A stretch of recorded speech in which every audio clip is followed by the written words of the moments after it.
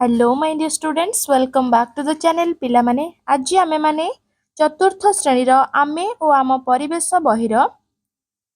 विज्ञान पार्ट रो विषयटी पढ़िबा विषयटर ना होछि कोन पिला माने लिखि दउछि एठी आम जीवन रे माटी आम जीवन रे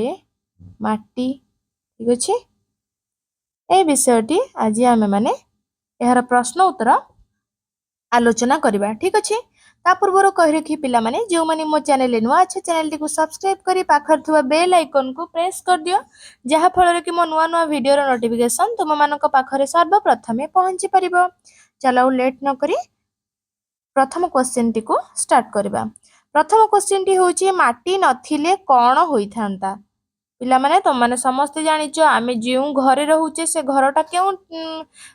कोठी आमे करिचे माटी ऊपर ही करिचे ना नहीं ता माने एथरु तुम माने जानलो कोन ना आमे माने समस्त माटी ऊपर ही बसवास करूचे ना नहीं आंसर चलो देखिबा माटी नथिले आमे निम्नलिखित असुविधा गुडिकर सम्मुखीन होइथांतु कोन से असुविधा गुडिक कोन ना कोनोसी उद्भिद बा सॉरी कोनोसी उद्भिद जगत किंबा प्राणी जगत नथांता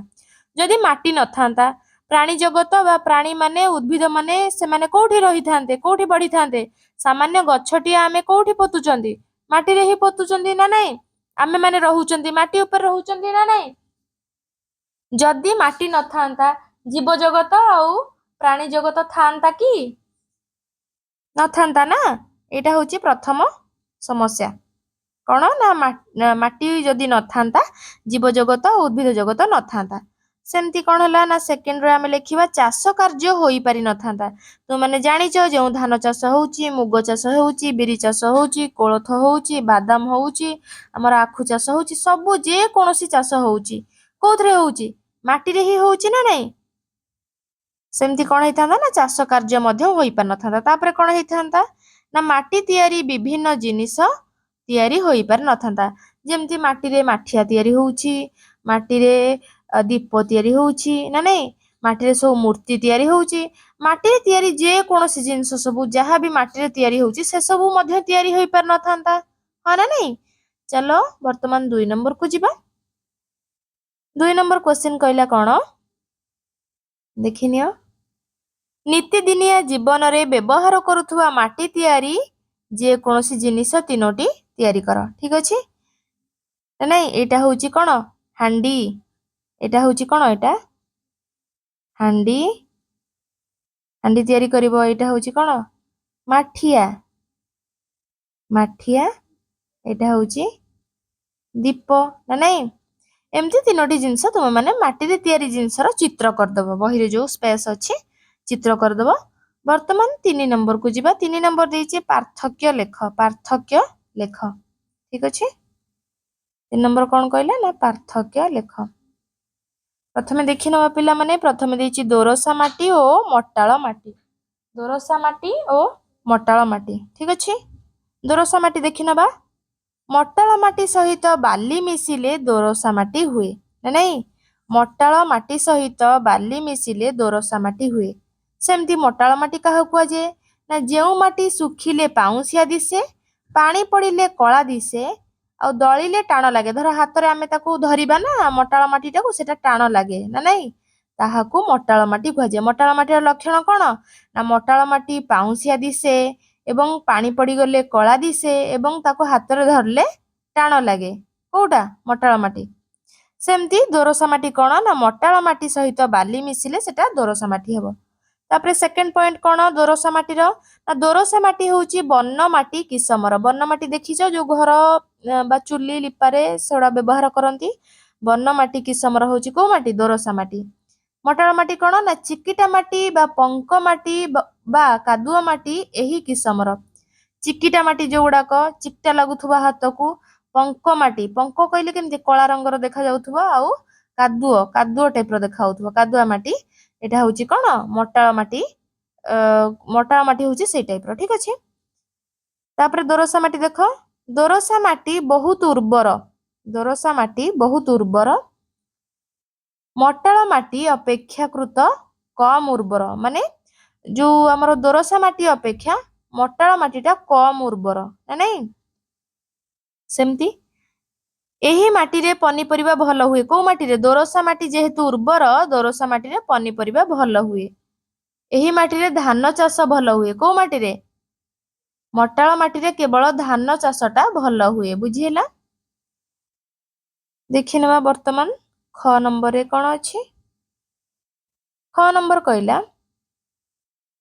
बालिया माटी आउ पहाड़िया माटी बालिया माटी एवं पहाड़िया माटी एपटे लिखिदवा बालिया माटी देन एपटे पहाड़िया बा गेरु माटी ठीक अछि पहाड़िया माटी सॉरी बालिया माटी काहू कुआ जाए जो माटी हाथ को रुआ रुआ लगे और टाण लगे दलिले भांगे नाही सेथिरे सरू बा मोटा बालीदाना थाए ताहाको बालिया माटी कुआ जाए ना नहीं जो माटी हाथ को आमर रुआ रुआ माने बालिया बालियाटा केमती लगे रुआ लगे ना नहीं एवं टाण लगे दलिले भांगे नाही सेथिरु सरू बा मोटा बालीदाना सबु बाहरे माटीरू ठीक अछि ताहाको बालिया माटी कुआ जाए सेमती पहाड़िया बा गेरु माटी काहू कुआ जाए ना जेउ माटीर रंग गेरुआ बा नाली सेथिरे छोट छोट पत्थर मिसी थाए ताहाको पहाड़िया बा गेरु माटी कुआ जाए जेउ माटीर रंग गेरुआ रंग देखिच नारंगी टाइप रो जोटा देखा जाए जेमती कि नाली माटी गोटे गोटे जगार रास्ता ऊपर सेटा सबू नाली रो महरम पड़ी थाए सेटा होची कोन पहाड़िया माटी ठीक अछि ताहाको पहाड़िया माटी कुहा जाए सिरी पहाड़िया बा गेरु माटी कुहा जाए ठीक अछि देन बालिया माटीर रंग धूसर किंबा बादामी बालिया माटीर रंग किपरि धूसर रंग बा धूली टाइप रो रंग बा बादामी रंगर देन पहाड़िया माटीर रंग गेरुआ बा नाली गेरुआ रंगर जेहेतु नाली माटी सेट पय ताकू गेरु माटी मोली कुहा जाउछि ना नहीं सेमती बालिया माटी रे नड़िया लंका आंब आदि फसल भल हुए बाली माटी रे को चाष भल हुए नड़िया लंका आंब एई सब फसल भल हुए देन पहाड़िया माटी रे कोन हुए एही माटी रे फसल भल हुए नाही पहाड़िया माटी रे फसल भल हुए नाही देन आसिला बालिया माटी समुद्र कूल और नई कूल रे बेसी थाए बालिया माटीटा बेसी कोड थाए समुद्र कूल रे और नई कूल रे एई सब कूल रे बालिया माटीटा देखिबा को मिले ना नहीं हमर आसिला एटा कोन ना एही माटी पहाड़िया अंचल रे बेसी देखा जाए एही माटी पहाड़िया अंचल रे बेसी देखा जाए ठीक अछि तापर देखि नबा 4 नंबर क्वेश्चन को जिबा 4 नंबर क्वेश्चन कहला ह्यूमस कोन एथिरे कोन थाए ह्यूमस कोन एथिरे कोन थाए ह्यूमस एक जैविक सार एथिरे पशु पक्षींकर मल गच्छर पचासढ़ा अंश अलिया आवर्जना सबु थाए ना नहीं ह्यूमस कोन ह्यूमस हेउची एक जैविक सार जेउथिरे कि पशु पक्षींकर मल थाए गछ पत्रर पचासढ़ा अंश थाए अलिया आवर्जना ए सबु थाए तुमे माने जानिचो ह्यूमसटा तुम मानक जमी रे मध्य तुमे माने व्यवहार करूच पिला माने देखिथिबो तुम बाड़ी पछाड़े कोन करूथिबा ना माँ माने हुंतु जेजेमा माने हुंतु से माने कोन करंती ना जो जहार सब गाई रखिचंती से माने गोबर नै कि गदा करंती बारियाडे ना नहीं गोबर गदा करंती गोबरटा होची कोन पशुंकर मळ ना नहीं गोबरटा ना नहीं सेटा गोबरटा गदा करथिबे बाड़ी पछाड़े नै कि ता धरे सब अलिया आवर्जना जहाँ भी घरु सब बाहर अलिया आवर्जना पत्र गछ फछ हणा हला कि लटा फटा सब नै कि ता ऊपर पकई दउथिबे गदा कर दउथिबे आमे सेटा कोन कहंती तो साधारणतः गाँ गाउली रे सेटा को कोन कहंती खत गदा बोली कहंती ना नहीं खत गदा बोली कहंती सेटा को आमे माने खत कहंती ना नहीं सेटा को ह्यूमस कुआ जाउची बा जैविक सार जोटा कि हमर घरे सेटा तयारी हेइ थाए आ सेटा जतबेले बिलो काम हुए तबेले सेटा जमी रे पड़े से खतटा जाई कि जमी रे पड़े सेटा को आमे माने ह्यूमस नाम रे जानंती ह ना नहीं तापरे 5 नंबरटा देखिबा वर्तमान जिया चाष उपरे एते गुरुत्व दिया जाउची काहे कि वर्तमान समय रे जिया चाष उपरे एते गुरुत्व दिया जाउची काहे कि त माने जिया चाष करा जाउची ना नहीं जिया चाषटा काहे कि होउची ठीक अछि आंसर देखि नबा जिया माटी रे रही जमी को फसफसिया और वायु चलाचल उपयोगी करे फसफसिया माटी रे ଜିଆଟା କ'ଣ କରେ ମାଟି ତଳେ ରହିକି ମାଟିକୁ ଫସଫସିଆ କରେ ହାଲୁକା କରେ ନା ନାଇଁ ତଳ ଉପର କରି ହାଲୁକା କରେ।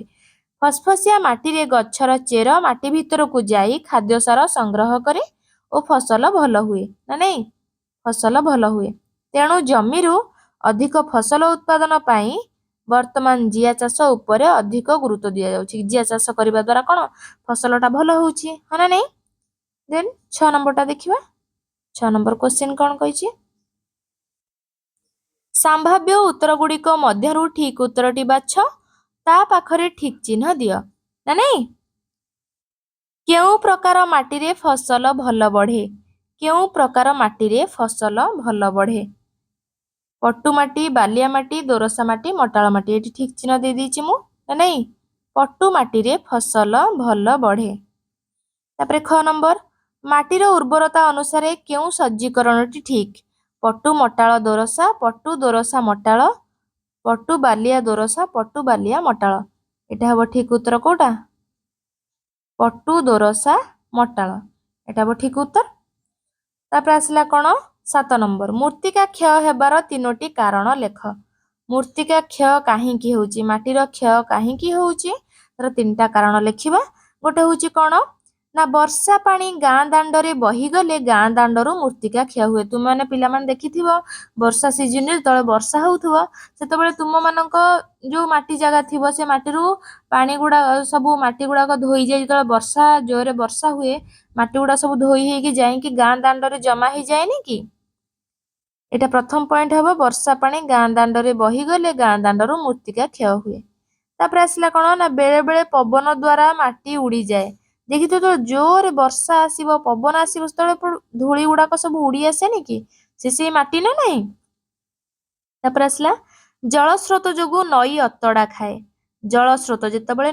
ନଈ ବଢ଼ିଥିବ ବର୍ଷା ସିଜନରେ ବର୍ଷା ଦିନେ ଯେତେବେଳେ ନଈ ବଢ଼ିଥିବ କୁହନ୍ତି ବନ୍ୟା ହେବ ପାଣି ମାଡ଼ି ଆସିବ ନଦୀ ବନ୍ଧ ଭାଙ୍ଗିଯିବ ସେଟା କେମିତି ହୁଏ? ଯେତେବେଳେ ପାଣି ଅଧିକ ହେଇଯାଏ ନଦୀରେ ସେତେବେଳେ ସବୁ କ'ଣ ବନ୍ଧ ଭାଙ୍ଗେ ଅତଡ଼ା ଖସେ ହେଲା ମାଟି ଗୁଡ଼ା ସେଠି ମଧ୍ୟ କ୍ଷୟ ହୋଇଯାଏ। ତାପରେ ଦେଖିବା 6 ନମ୍ବର। 6 ନମ୍ବର କ'ଣ କହିଛି? 6 ନମ୍ବର ଏଠି କହିଲା ପ୍ରଶ୍ନ ମୂର୍ତ୍ତିକା କ୍ଷୟ ରୋକିବା ପାଇଁ 3ଟି ଉପାୟ ଲେଖ। ମୂର୍ତ୍ତିକା କ୍ଷୟକୁ ଆମେ କିପରି ରୋକିପାରିବା 3ଟା ଉପାୟ ଠିକ୍ ଅଛି। ଗୋଟେ ହେଉଛି 4ଟା ଉପାୟ ମୁଁ ଲେଖିଦେଇଛି ପିଲାମାନେ। ପାହାଡ଼ ଉପରେ ଥାକ ଥାକ କରି ମାଟିକୁ କାଟି ଚାଷ କଲେ ମୂର୍ତ୍ତିକା କ୍ଷୟ ହେବ ନାହିଁ। ପାହାଡ଼ ଉପରେ ଯଦି ଥାକ ଥାକ ଟାଇପ୍ର ରହିବ ମାଟିଟା ଥାକ ଥାକ ହେଇକି ରହିବ ଆଗ ତଳେ ଗୋଟେ ଜମି ଥିବ ଉପରକୁ ପୁଣି ଉପରକୁ ଏମିତି ଥାକ ଥାକ ହୋଇକି ଯଦି ଜମି ଗୁଡ଼ାକ ରହିବ ତାହେଲେ ମୂର୍ତ୍ତିକା କ୍ଷୟ ହେବ ନାହିଁ। ସେକେଣ୍ଡରେ କ'ଣ ନା ଚାଷ ଜମି ମଧ୍ୟରେ ବଡ଼ ବଡ଼ ହିଡ଼ ଦେଲେ ମୂର୍ତ୍ତିକା କ୍ଷୟ ହେବ ନାହିଁ। ଚାଷ ଜମି ମଧ୍ୟରେ ବଡ଼ ବଡ଼ ହିଡ଼ ଯଦି ଦେବା ତାହେଲେ ଜମିରୁ ମାଟି ଧୋଇଯିବ ନାହିଁ ନା। ହିଡ଼ ମାନେ ଯୋଉଟା ବନ୍ଧ ଟାଇପ୍ର ଯୋଉଟା ଥାଏ ଠିକ୍ ଅଛି। ତାପରେ ନଈ ବନ୍ଧ ଦାଢ଼ରେ ପଥର ପାରିଦେଲେ ଆଉ ଅତଡ଼ା ଖାଇବ ନାହିଁ। ଯଦି ନଦୀ ବନ୍ଧର ଦାଢ଼ରେ ବା କଡ଼ରେ ଆମେ ପଥର ପାରିଦେବା ପଥର ଥୋଇଦେବା ତାହେଲେ ଆଉ ଅତଡ଼ା ଖାଇବ କି? ମାଟି ଯେହେତୁ ଅଛି ପାଣି ଗୁଡ଼ାକ ରହିଲା ବେଳକୁ ଅତଡ଼ା ଖାଉଛି ବା ଖସି ଯାଉଛି ସେଗୁଡ଼ା ବତୁରିକି। ତାପରେ କ'ଣ ନା ନଈ ବନ୍ଧ ପାହାଡ଼ ଉପରେ ଫାଙ୍କା ଥିବା ସ୍ଥାନରେ ଗଛ ଲଗାଇଲେ ମୂର୍ତ୍ତିକା କ୍ଷୟ ହେବ ନାହିଁ। ଗଛଟା ଲଗାଇବା ନିହାତି ଦରକାର କାରଣ ତୁମେମାନେ ଜାଣିଛ ପିଲାମାନେ ଗଛର ଚେରଟା ଯେତେ ମାଟି ଭିତରକୁ ଯିବ ତଳକୁ ତଳକୁ ଯିବ ସେ ମାଟିକୁ ଯେମିତି ଗୋଟେ ଜାବୁଡ଼ିକି ଧରନ୍ତି କାମୁଡ଼ିକି ଗୋଟେ ଧରନ୍ତି ସେ ମାଟିକୁ ଗଛର ଚେର ଗୁଡ଼ା ପୁରା ଜାବୁଡ଼ି ଧରିଥାନ୍ତି ଯାହା ଫଳରେ କି ଯେତେ ବର୍ଷା ପବନ ଯାହା ହେଲେ ବି ସେ ଚେର ଗୁଡ଼ାକ ମାଟିକୁ ଧୋଇ ଯିବାକୁ ଦିଅନ୍ତିନି ସେ ପୁରା ଜାବୁଡ଼ି ଧରିଥାନ୍ତି। ସେଥିପାଇଁ ଆମେ ଗଛ ଲଗାଇବା ଉଚିତ। ଗଛ ଲଗାଇବା ଦ୍ୱାରା ମୂର୍ତ୍ତିକା କ୍ଷୟ କିଛିଟା ମାତ୍ରାରେ ଆମେ ରୋକିପାରିବା ନା ନାହିଁ। ଏଇଠି ପିଲାମାନେ ତୁମମାନଙ୍କର ଏ ବିଷୟର ପ୍ରଶ୍ନ ଉତ୍ତରଟି ଶେଷ ହେଇଯାଇଛି। ଆଶା କରୁଛି ପିଲାମାନେ ଏହି ଭିଡ଼ିଓ ମାଧ୍ୟମରେ ତୁମେମାନେ ସମ୍ପୂର୍ଣ୍ଣ ବିଷୟର ପ୍ରଶ୍ନ ଉତ୍ତର ଗୁଡ଼ିକ ବହୁତ ଭଲ ଭାବେ ବୁଝିପାରିଥିବ। ଯଦି ବୁଝିପାରିଲ ଭିଡ଼ିଓରେ ଗୋଟେ ଲାଇକ୍ କରିଦିଅ ପିଲାମାନେ ଏବଂ ସାଙ୍ଗମାନଙ୍କ ମଧ୍ୟରେ ଭିଡ଼ିଓଟିକୁ ସେୟାର କର ଯାହାଫଳରେ ସେମାନେ ମଧ୍ୟ କ୍ୱେଶ୍ଚିନ୍ ଆନ୍ସର ବହୁତ ଭଲ ଭାବେ ବୁଝିପାରିବେ। ଆଉ ହଁ ପିଲାମାନେ ଯଦି ମୋ ଚ୍ୟାନେଲରେ ନୂଆ ଅଛ ଚ୍ୟାନେଲଟିକୁ ସବସ୍କ୍ରାଇବ୍ କରି ପାଖରେ ଥିବା ବେଲ୍ ଆଇକନକୁ ପ୍ରେସ୍ କରିଦିଅ। Thank you.